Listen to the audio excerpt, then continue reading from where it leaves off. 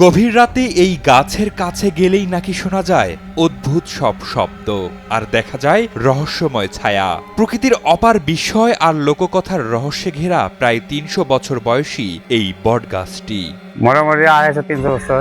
স্থানীয়দের কাছে এটি শুধু একটি গাছই নয়, বরং এক অমীমাংসিত রহস্য। গ্রামের বয়োজ্যেষ্ঠদের মতে গভীর রাতে এই গাছ থেকে ভেসে আসে অদ্ভুত সব শব্দ।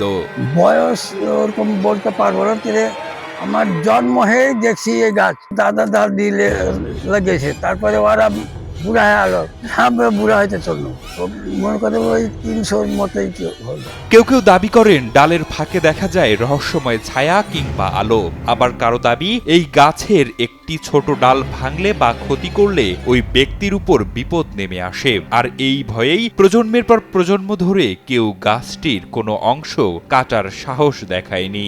গাছের ক্ষতি হয়, মানে অনেক করে বাস করে আছে, দিন ভোর সবকিছু আসে বাস করে গাছের তলে। গাছের ক্ষয়ক্ষতি গাছে যদি ক্ষয়ক্ষতি মানুষ করে তো মানুষেরও ক্ষয়ক্ষতি করে, মানুষ যদি গাছে ক্ষতি করে মানুষেরও ক্ষতি করে দিয়ে।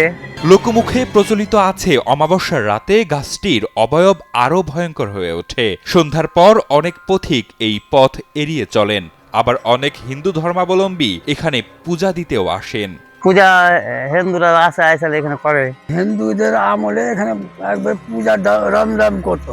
এই যে স্থান আছে এখানে, ওইদিকে ১০০ বছর পার হয়ে গেছে।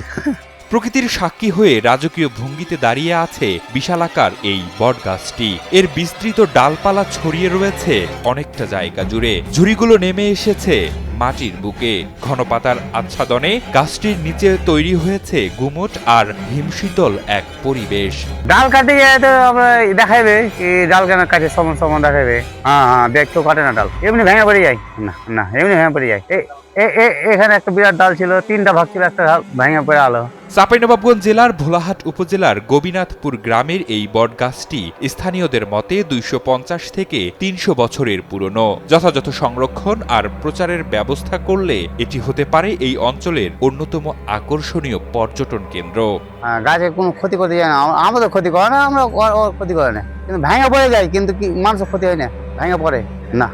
ভীতি আর কৌতূহল দুইয়ের মিশেলে এই গাছ দেখতে দূর দূরান্ত থেকে ছুটে আসেন মানুষ। প্রকৃতি আর রহস্যের মেলবন্ধনে টিকে থাকা এই বটবৃক্ষ যেন ইতিহাসের এক জীবন্ত দলিল।